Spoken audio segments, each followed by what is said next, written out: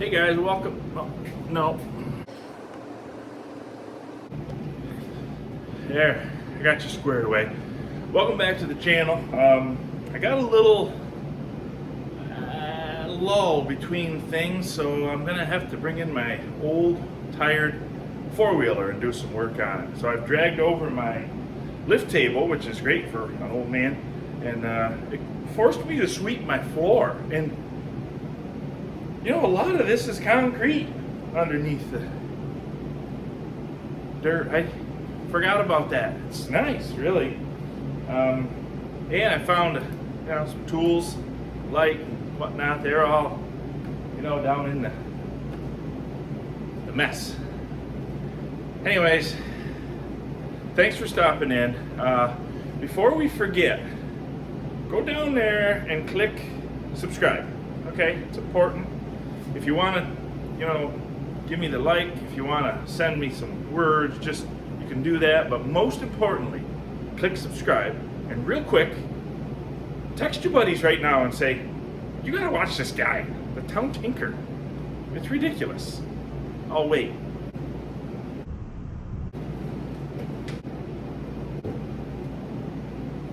Is that a cheesy? Okay. It's really cold out again. We've already had 2 springs this year.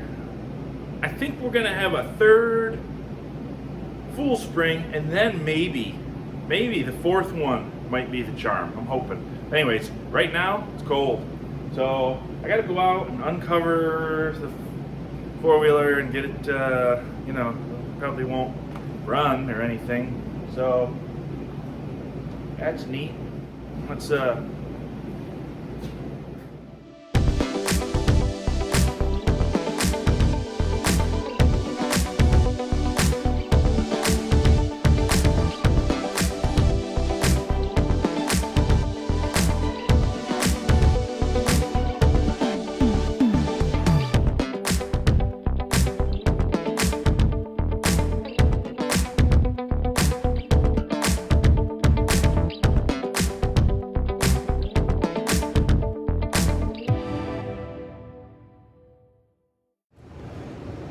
that was neat, not bad.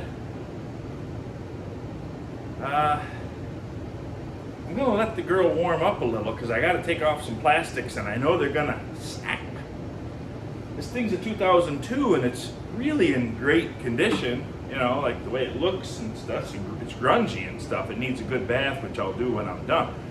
But it's got three main issues. The battery is completely dead. I don't know if it charges or not, so I got to look into that. Probably, most likely needs a new battery, and hopefully that's all. There was an issue that involved a teenage boy and a set of tire chains on this four-wheeler, and the chains ripped the wires out of the front four-wheel drive hub on one side. So I gotta, work on that. And then both of the CV joints have left the chat. They're not constant, nor do they transfer any kind of velocity. So there's that. The nice thing about this project in particular is that I have no idea what I'm doing. But as usual, I'm not afraid to prove it. So here's the thing. I know how to work wrenches, and really all you need is a little knowledge and not be afraid to just dive in there and wreck stuff. You can always, use the Google machine if you need to. And worst case, you could, buy a service manual, or you could even take it to the dealer and have them fix it if you had to. So never be afraid to just put the sleeves up and go in, get right into it, So that's where we're at right now, is me having no clue, this thing being broken, but this thing luckily is all held together with nuts and bolts, which I have the keys to. So we're gonna just dive into it and we're gonna see what happens. I got a feeling it's not going to be that bad. You think? Okay. Yeah. No, it'll be fine. So I gotta, once it warms up a little, I'm gonna get the charger on the battery. I guess knock these back wheels off, the place to start, and then I'm just gonna go with whatever I come to. And if I bump into something interesting, I'll show you where it's at. Before I do that, I'll show you what's wrong with it. Here's the most pressing issue. You can see the CV boot is torn, and you're gonna have to take my word for it that the clicking, the incessant clicking and clacking of the what used to be constant velocity joints is, well, it's annoying. Let's just leave it at annoying. It's really annoying. So that's probably the most pressing. Well, no, most urgent is, of course, it won't, actually run. So, got to fix that. But I think all it needs is probably a battery, and that'll be fixed. The other thing is this wheel. There's a hub under here. Oh no, of course you can't just see it. It's all hid.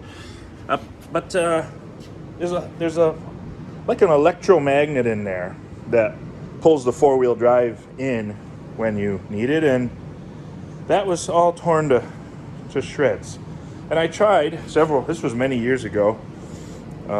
That teenage boy is now a grown man, but at the time I tried to, splice it together and stuff, but it never worked right. A lot of times it would not go into four-wheel drive, or else then when it did go into four-wheel drive, it would be only the one wheel would be stuck in, so three-wheel drive, which is very inconvenient. So I got to get that, working again. As you can see, it had a very flat tire. May need a tire. I don't know. Needs a serious bath, but I gotta get this thing so I can use it again. It's actually a pretty darn handy thing to have. So I'm gonna start tearing things apart, and just wish me luck. That's all.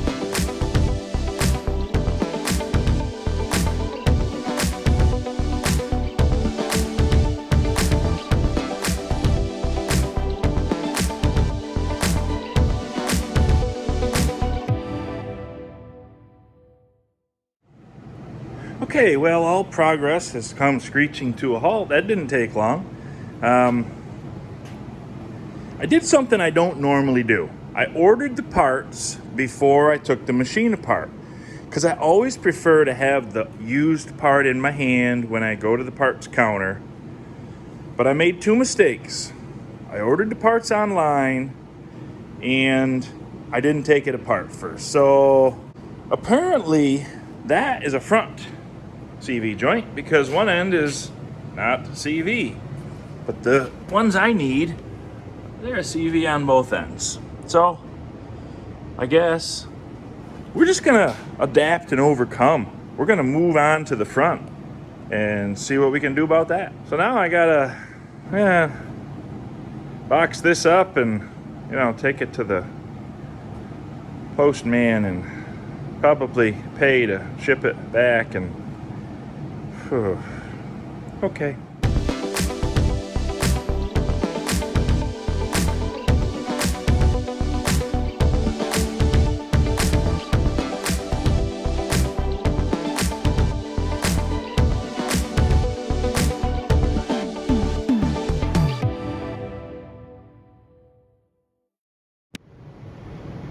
Now see, that was just a lot harder than it needed to be, because some idiot put a bunch of blue silicone everywhere.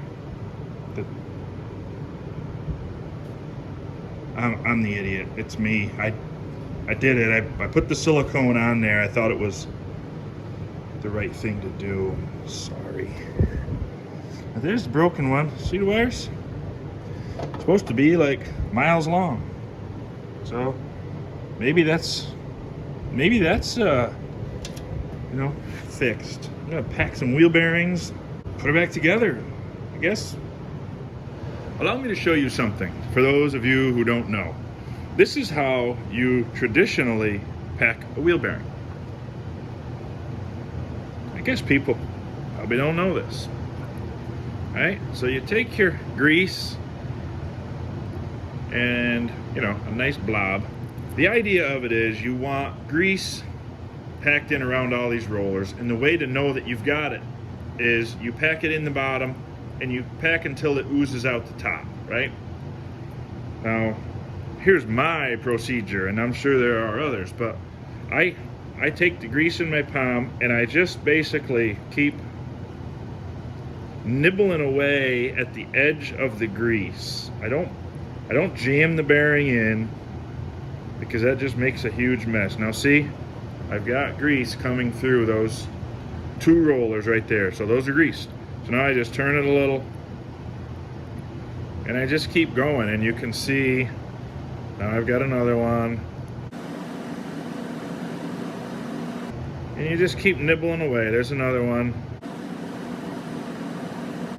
It's kind of a, you know, gross job.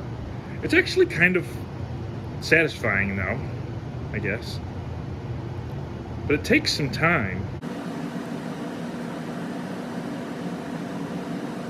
And sometimes you get like, that's kind of dirty looking, what's coming out. So I just keep packing, and I use the new grease to flush out the old dirty grease.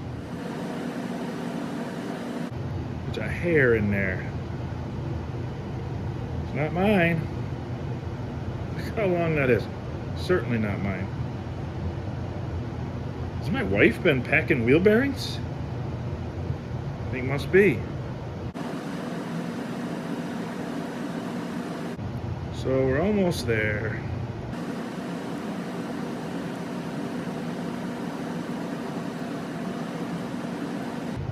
One thing is for certain when packing wheel bearings, and that is you're going to get dirty.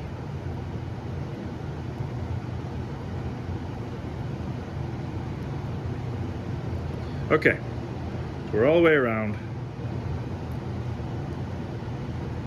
Take out the extra grease. That's it. One packed wheel bearing. Now I showed you that just so I can show you this.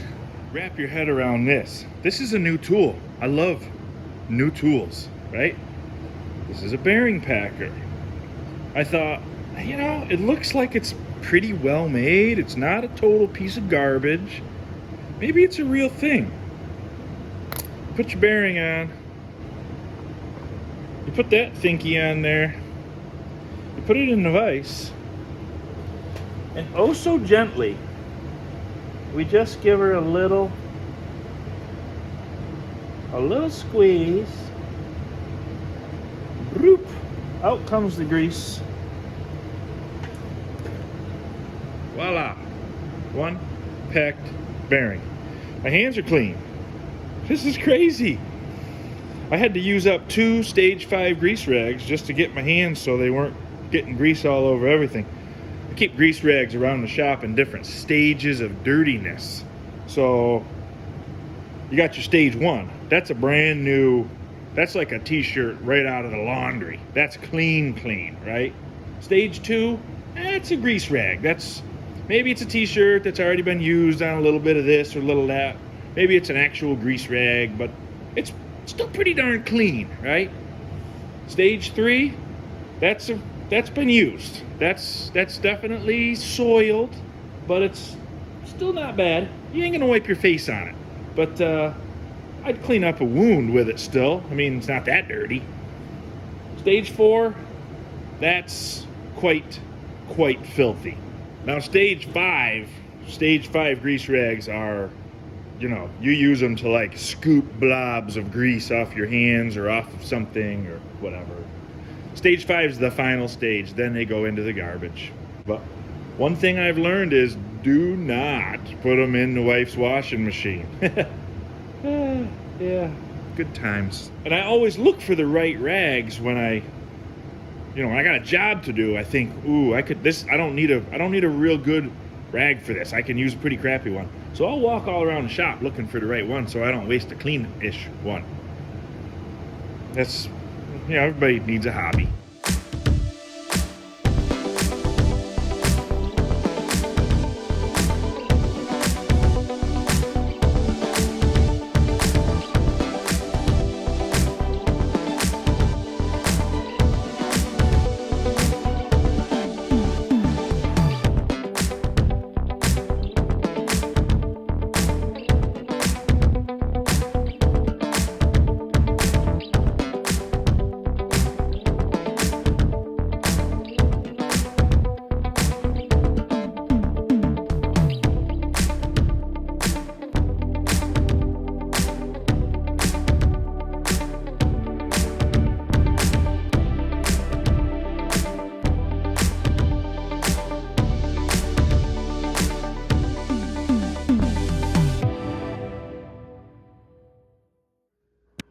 Oh, that's fun. This thing was, the whole time was making like the noise plastic makes right before it breaks. But I don't think I broke it yet. Of course, I haven't got it back on. But I had to fish them wires up through there. That new wire, that's great. All that thing came off kind of difficult. And then you go, oh wait, that's where the radiator cap is? That don't seem right. Whatever. She's fixed. Well, I don't know if she's fixed or not. She's back together. Got the wire in there. Everything seems, kosher. Looks like I need a new tie rod. Great. More money. That's all. This is good. I put it all together. I had one extra part laying here on the table, which is pretty normal, really, but it looked more important than some of the ones that you just throw away. So I took it back apart and didn't really know where it went, but it had little fingers that went into another part right there perfectly, and I said, that's got to be where it goes. Really, if you just engage your brain, you can fix things yourself. Don't be scared. Do it. All right, I got the battery charger on. My wife texted, there's warm pizza waiting for me, so that's going to be it for tonight. And I'll be back at this tomorrow. Although, it's going to be a while before I can fix the back thing. Okay. Okay, good morning. Guess what I learned using the Google machine last night? Not supposed to grease these wheel bearings. Supposed to put like $1 million an ounce oil in them instead. So today I'm going to go ahead and take this all back apart, wash out all the grease I put in, and put in the $1 million an ounce oil I just went and picked up. Sometimes it would be nice if I knew what I was doing.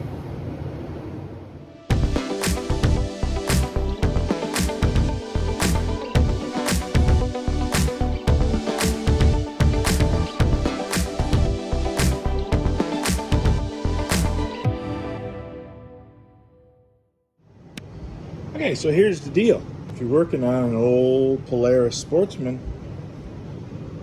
don't grease the bearings. They take the expensive oil, right? So I just got that all apart, got them everything cleaned out, all back together, dry. And what you do is you got to put the oil. The oil comes in a jug with a hole that big, and you got to get it into that hole there. You got to take that plug out. And it says you're supposed to fill it with the hole at 4 o'clock, but it's 1:45 and I'm just going to do it now. I'm not waiting, So I guess you're supposed to turn it like that and fill it, which is also impossible, but I'm just going to fill it, and then I'll just kind of spin it and let a little dribble out, $18 or $20 worth on the ground, and we'll be good. But luckily, the oil that this hub needs is also the oil that the differential needs, which I don't know how I get in there, but somehow or other I should be able to. I'm going to drain the other hub, do this one, do the differential, and then this front end will be serviced. I think I can grease the U-joints, all that fun stuff. So we'll try to take care of the old girl.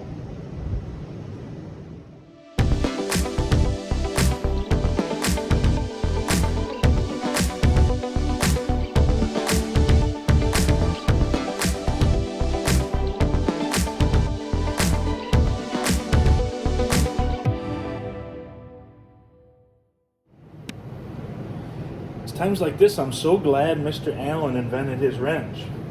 I would have never got that out of there without it. I don't know how they got along without him.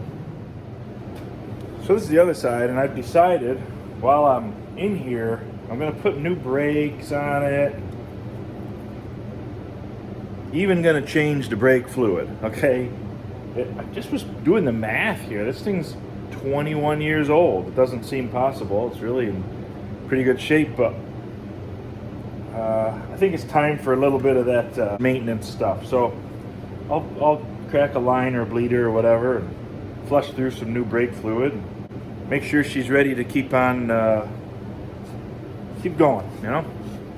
I'll get this hub oil changed, brakes off, and then maybe I'll mess around with the changing that differential oil. Gotta of course wait for the brake pads to get here, so it's gonna be a waiting game, as is now the norm.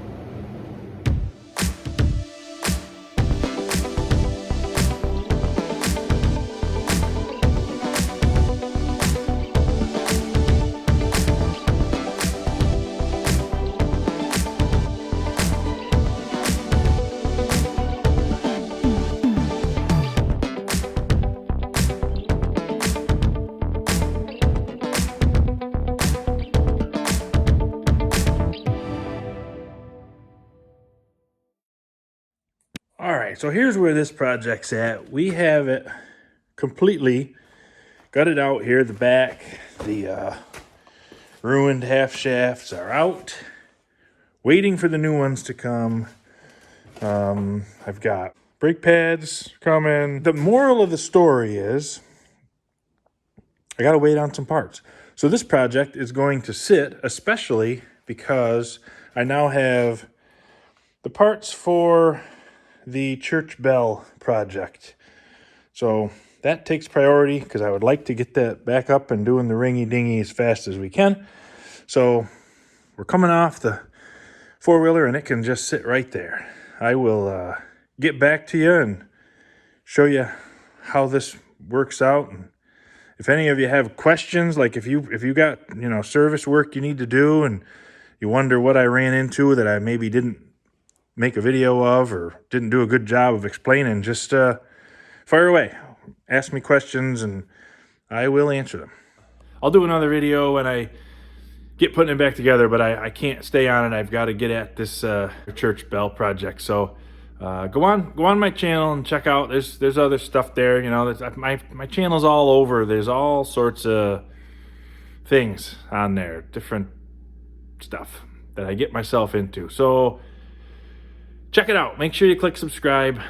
Tell your friends they need to click subscribe. I ain't joking. Thanks for spending your time with me. Be good to each other. God bless you. God bless the United States of America.